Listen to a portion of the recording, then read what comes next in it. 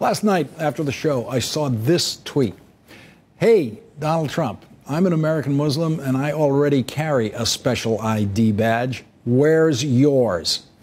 And there is the picture of Sergeant Taib Rashid's U.S. Marine Corps ID, the kind of ID that no member of the Trump family has ever had. Joining us now, former Marine Sergeant Taib Rashid, who tweets at Muslim Marine. Taib, I have to tell you, when I saw that tweet last night, I immediately sent it to the producers of this show and said, how do we get him? How do we find him? How do we get him on TV? So thank you very much for joining us tonight. I really appreciate it. Obviously, you were reacting to Donald Trump's comments first in an interview where he was suggesting that maybe all Muslims should be in American Muslims in a database and possibly with an ID identifying them that way. This was your reaction to that. How did it feel to have the front runner for the Republican presidential nomination saying that there should be one religious group in the United States that should be identified as that so that everyone can know who they are?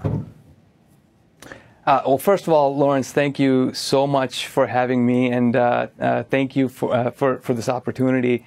As a member of the Ahmadiyya Muslim community, Muslims who believe in the Messiah, my father, who's a missionary, raised myself and my siblings with certain American values. And one of those very important values is that loyalty to your nation is part of your faith. And so I've lived by those values. I've tried to embody those values, and as a result of those values and that specific value, I decided that the best way that I could serve my country, the United States, was to serve in the armed forces.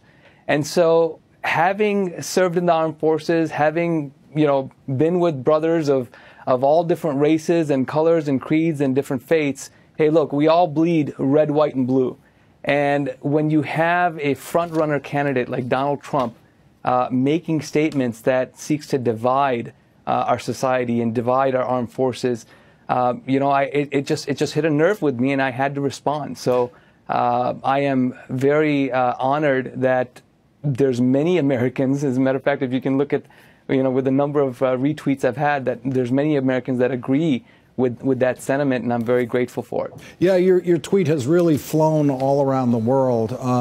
And of course, as we know, it should be noted that Donald Trump, when the day came in his life to decide whether to do military service during a period when we had a draft in the Vietnam War, he did everything he could possibly do to evade service in the military.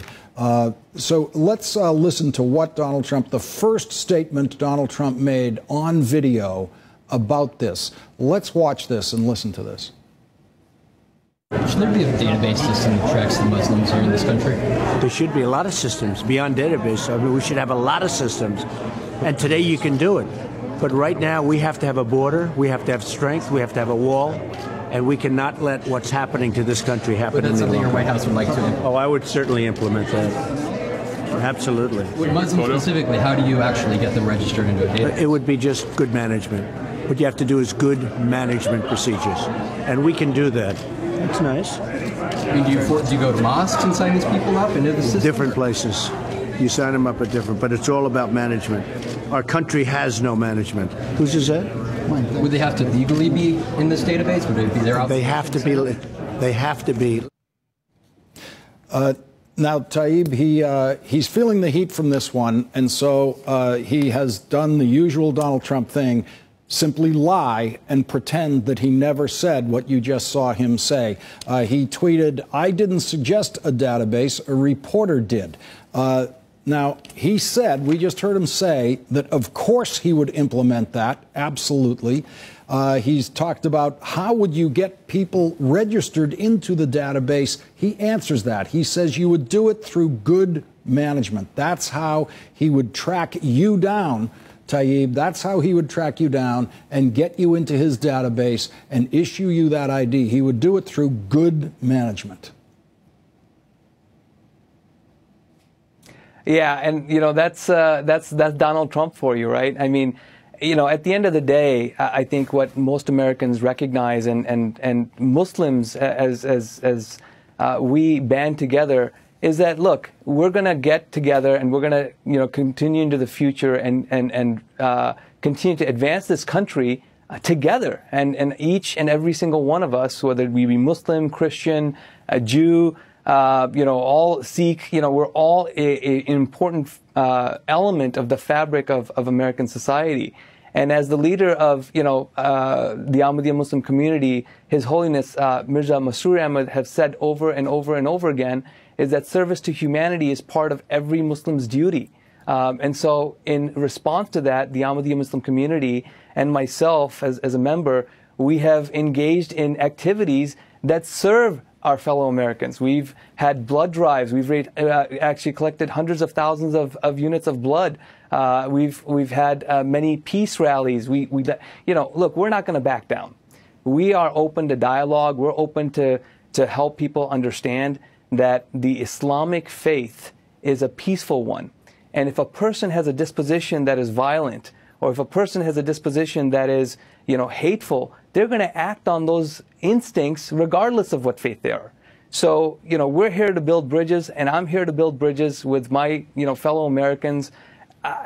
People like Donald Trump, I feel, sad because, they're in a position to build bridges, and instead, what they do is just divide us. And I think that's really unfortunate.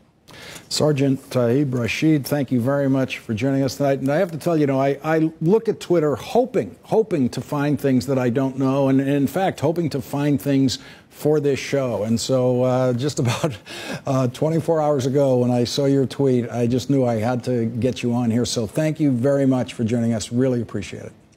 Thank you, Lawrence. My pleasure. Thank you. Coming up, the hacker group Anonymous reports on what they call their success in their declared cyber war against ISIS.